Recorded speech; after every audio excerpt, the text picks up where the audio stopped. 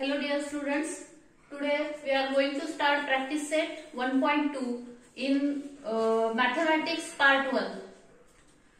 इयत्ता 9वीचा सेट या चॅप्टर मधला प्रॅक्टिस सेट 1.2 आपण सुरू करणार आहोत. त्यातला पहिला प्रश्न आहे, decide which of the following are equal set and which are not. Justify your answer. आता हे जे तीन सेट आपल्याला दिलेले आहेत हे रूल मेथडने दिलेले आहेत. आपण याची लिस्ट करून घेऊ आणि जी लिस्ट करणार आहे तेच काय असेल, आपलं जस्टिफिकेशन असेल.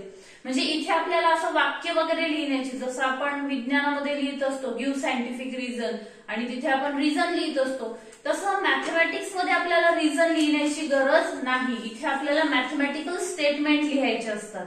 मग आता इथे आपण बघा, पहिला सेट आहे A is set of element x such that 3x minus 1 is equal to 2. म्हणजे x ची किंमत अशी असेल की ज्याची तिप्पटीमधून 1 वजा केल्यानंतर प्रत्येक वेळेस उत्तर किती यायला पाहिजे, 2 यायला पाहिजे. मग आपण x ची अशी किंमत शोधूया की कोणत्या संख्येची तिप्पट केली आणि त्यातून 1 वजा केला की उत्तर 1 येतं. मग आता हे इक्वेशन आपल्याला सोडवावं लागेल. इक्वेशन आपल्याला सोडवता येतं. 3x minus 1 is equal to 2 हे इक्वेशन आपण सोडवू शकतो. हा इथे मायनस आहे 1, त्याला शिफ्ट करूया, होईल plus. 2 plus 1 3. 3x is equal to 3. हा 3 मल्टिप्लाय आहे, इकडे जाताना डिवाइड होईल. म्हणजे x is equal to 3/3. That is x is equal to 1. म्हणजे इथे जर x ची किंमत आपण 1 घेतली तरच काय होईल की त्या संख्येच्या तिप्पटीमधून 1 वजा केला तर उत्तर 2 येईल. म्हणजे आपल्या सेट मध्ये जे एलिमेंट असतील ते काय असेल, असे 1 असेल. दुसरा सेट आहे B. B is set of element x such that x is a natural number but x is neither prime nor composite. आता हा x हा नॅचरल नंबर तर आहे, म्हणजे 1 पासून सुरू होणाऱ्या सगळ्या संख्या, पण तो असा नंबर आहे की जो प्राइमही नाहीये आणि कंपोजिटही नाहीये. तर तो कोणता आहे, फक्त 1. म्हणजे ह्या सेट मधले इलेमेंट आले हे असे. त्यानंतर C सेट मधले इलेमेंट्स आहेत x such that x belongs to capital N. Again capital N is set of natural number. म्हणजे याच्यामध्ये इलेमेंट असतील 1 2 3 4 5 6 7 8 9, पण इथे पुढे रेस्ट्रिक्शन टाकलेला आहे, अट टाकलेली आहे. x is less than 2. x काय आहे, 2 पेक्षा लहान आहे. म्हणजे इथे पुन्हा काय येईल, घटक येईल याच्यामध्ये 1. मग आता आपण इथे बघायचं A, B आणि C या तीनही लिस्ट मध्ये मला सारखेच इलेमेंट दिसत आहेत. याचा अर्थ काय की set A is equal to set B is equal to set C. अशा पद्धतीने हे तीनही सेट इक्वल आहेत.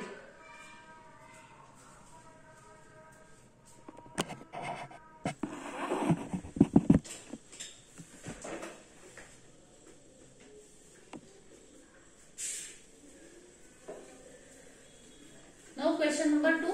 Decide whether set A and set B are equal sets. Give reason for your answer. Set A, even prime numbers. A set मध्ये जे elements आहेत ते काय असतील, सगळे इव्हन प्राइम नंबर्स असतील. सो आता आपण त्यांची लिस्ट करूया. इव्हन प्राइम नंबर 2 हा इव्हन नंबर आहे आणि प्राइम नंबर आहे. त्यानंतरचा पुढचा इव्हन नंबर आहे 4, पण तो प्राइम नाहीये कारण त्याला फॅक्टर्स काय येतात, 1 2 4 असे फॅक्टर्स येतात. त्याच्या पुढचा इव्हन नंबर आहे 6, ज्याचे फॅक्टर्स काय येतील, 1 2 3 6 असे फॅक्टर्स येतील. म्हणजे याच्या पुढचे जे प्राइम नंबर्स आहेत ते सगळे इव्हन नंबर्स आहेत ते प्राइम नसतील. मग आपल्याला हे माहिती आहे की there is one and only one even number which is prime also, आणि तो इथे मी लिहिलेला आहे 2. म्हणजे या सेट मध्ये फक्त एवढाच इलेमेंट येणार. आता पुढचा सेट दिलेला आहे set B. B is set of element x such that 7x minus 1 is equal to 13. Now we have to solve this equation 7x minus 1 is equal to 13 so as to get values of x. या B set मध्ये काय काय element असतील हे काढण्यासाठी आपल्याला हे equation solve करावं लागेल. Let us solve this equation. 7x minus 1 is equal to 13. हा -1 आहे, त्याला ट्रान्सफर केला केला प्लस होईल, इकडे उरेल 7x, 13 प्लस 1 14, 7x तसल्या तसा. आता हा 7 मल्टिप्लाय आहे त्याला पाठवून दिला इक्वल टूच्या साइनच्या पलीकडे, तर तो होईल डिवाइड आणि मग 14 डिवाइडेड बाय 7 आन्सर येईल 2. सो बी या सेट मध्ये काय एलिमेंट असतील, बी या सेट मधले एलिमेंट बघा हे असे आले 2. इथे हा एलिमेंट आहे आणि इथे पण हा एलिमेंट आहे, दोन्ही सारखे दिसतात बघा, दोघांमध्ये 2 2 हा एलिमेंट आहे. म्हणजेच काय म्हणता येईल आपल्याला, set A is equal to set B, और simply you can write A is equal to B. इथे रिझन वगैरे असं शब्दामध्ये लिहिण्याची गरज नाही, आपण हे सगळं रिझनिंग केलेलं आहे.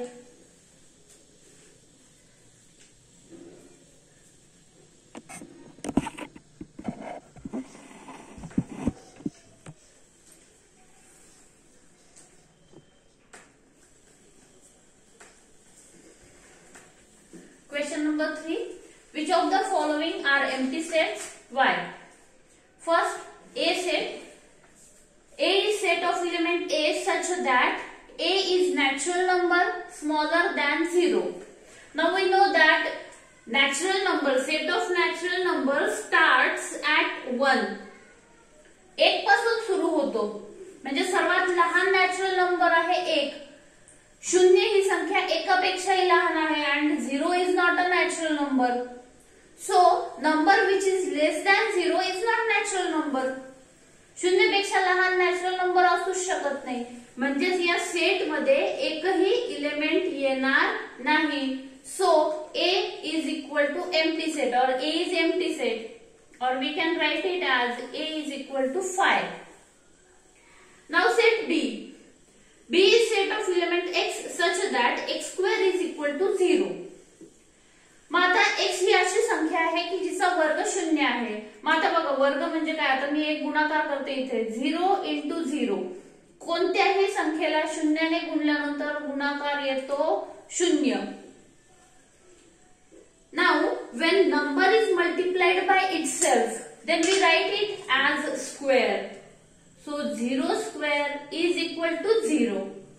So element in set B is like this. List is like this. B is equal to 0. म्हणजे हा सेट एम्प्टी नाहीये, हा सेट रिकामा नाहीये, त्याच्यामध्ये काहीतरी इलेमेंट आहे. 0 हा इलेमेंट आहे त्या सेट मधला, म्हणजेच B हा एम्प्टी सेट नाहीये. So we can write B not equal to 5. B is not a empty set. Then set C. C is set of element x such that 5x minus 2 is equal to 0. And again condition is given that x belongs to n. म्हणजे x ची किंमत अशी असली पाहिजे, असा एक x पाहिजे की जो नैसर्गिक संख्या आहे, that belongs to set of natural number, आणि that x will satisfy this condition or this equation. So let us solve this equation. 5x minus 2 is equal to 0. Minus आहे तिकडे जाताना प्लस होईल, 0 प्लस 2 2, इकडे राहील लेफ्ट साइडला 5x. 5 multiplication मध्ये आहे, त्याला जर आपण शिफ्ट केला तर तो होईल divide. So we get x is equal to 2/5. This 2/5 does not belongs to capital N. 2/5 does not belongs to capital N. This is not a natural number. So our set C does not contain any element which satisfy these two condition. असा कोणताच element नाहीये की जो ह्या दोन्ही condition satisfy करू शकेल. So set C does not contain any element. So we can write C is equal to 5. That is C is empty set.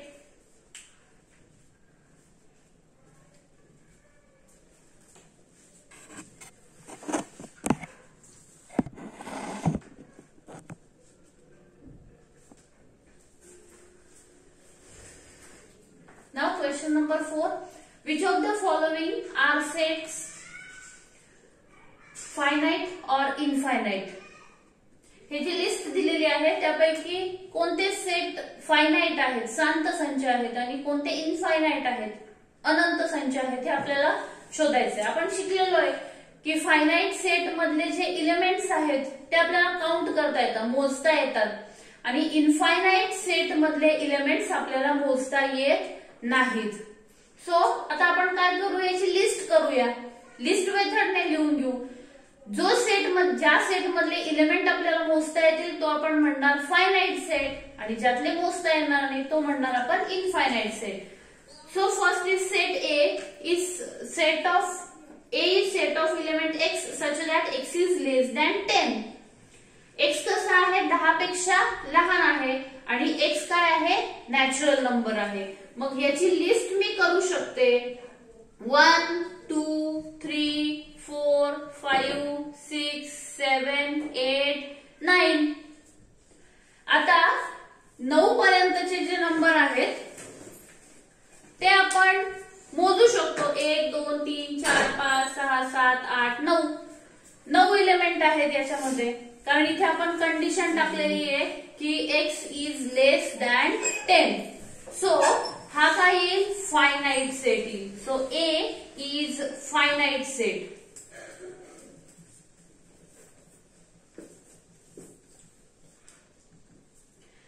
Then B is set of element y such that y is less than -1 and y is an integer.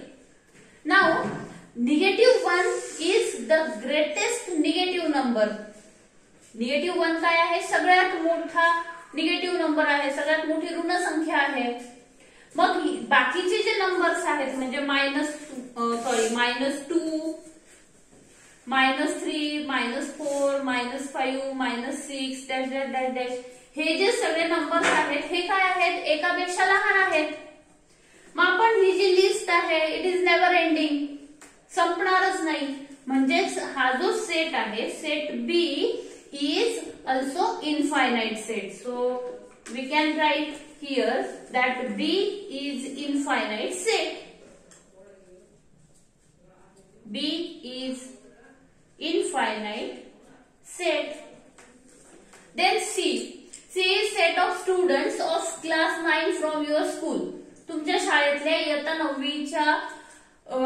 9वी मध्ये शिकणारे सगळे विद्यार्थी. मग आता 9वीच्या तुमच्या शाळेमध्ये 4 तुकडे आहेत, ABCD. 4 तुकड्यांमध्ये प्रत्येकी 60 विद्यार्थी आहेत, म्हणजे एकूण झाले 240, 240 students which are studying in standard 9. So आपण त्यांची लिस्ट करू शकतो. Each class teacher has their list. प्रत्येक वर्ग शिक्षकांकडे लिस्ट असेल आणि त्याच्यावरती त्या 60 मुलांची नावं लिहिलेली असतील. म्हणजेच काय, तर आपण शाळेमधल्या इयत्ता 9वीच्या वर्गातल्या विद्यार्थ्यांची लिस्ट करू शकतो, त्यांना मोजू शकतो. और we can tell someone that there are 240 students in our school which are in standard 9. 240 म्हणजे मोजू शकतोय आपण. मग हा जो सेट येईल, this set C is finite set. Set of people from your village. तुमच्या शहरातल्या किंवा तुमच्या जे काही गाव आहे त्यातल्या सगळे लोक, सगळे नागरिक, त्यांचा सेट. तर हे सुद्धा आपण मोजू शकतो. छोटंसं खेड असू द्या किंवा पुणे, मुंबई, नाशिक यासारखं मोठं शहर असू द्या, त्या प्रत्येक शहराची, खेड्याची लोकसंख्या आपण मोजू शकतो. म्हणजेच काय करू शकतो, आपण मोजू शकतो. याचा अर्थ काय होईल, तर तो सेट फायनाईट होईल. So this set is finite set.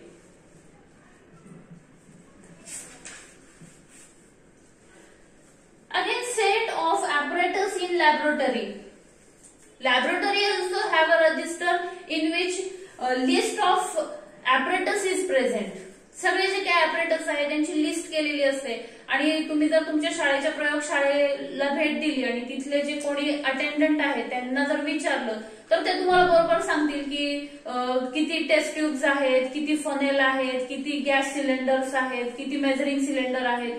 त्याची लिस्ट त्यांच्याकडे असते. म्हणजेच काय, तर ते मोजू शकतात. apparatus in laboratory. So it is also finite set.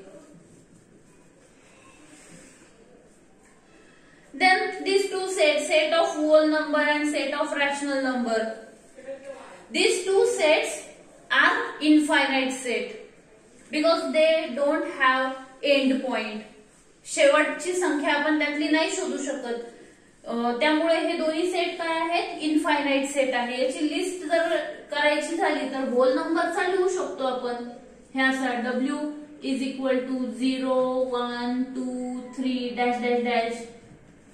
पण शेवटचा इलेमेंट इथे नाही लिहू शकत. जसे इथे आपण शेवटचा इलेमेंट लिहू शकतो या पहिल्या सेटमध्ये, तसं इथे आपल्याला शेवटापर्यंत नाही पोहोचता येणार.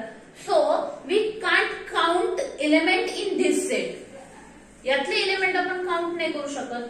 म्हणून हा जो सेट आहे W is infinite set. And set of rational number again it is infinite set. हा सेट तर आपण असा ह्या पद्धतीने लिहितो, Q is set of element X such that X is equal to P upon Q, where P and Q belongs to I and Q not equal to 0. हे अशा पद्धतीने आपण हा लिहित असतो सेट, आणि याचे एलिमेंट आपण काउंट नाही करू शकणार. So Q is infinite set. Q is infinite set. So in this way we have completed our practice set 1.2. 1.2 practice set संपलेला आहे. तर आपण पुढचा जो सेट या चॅप्टर मधला जो भाग आहे तो पुढच्या व्हिडिओमध्ये बघू.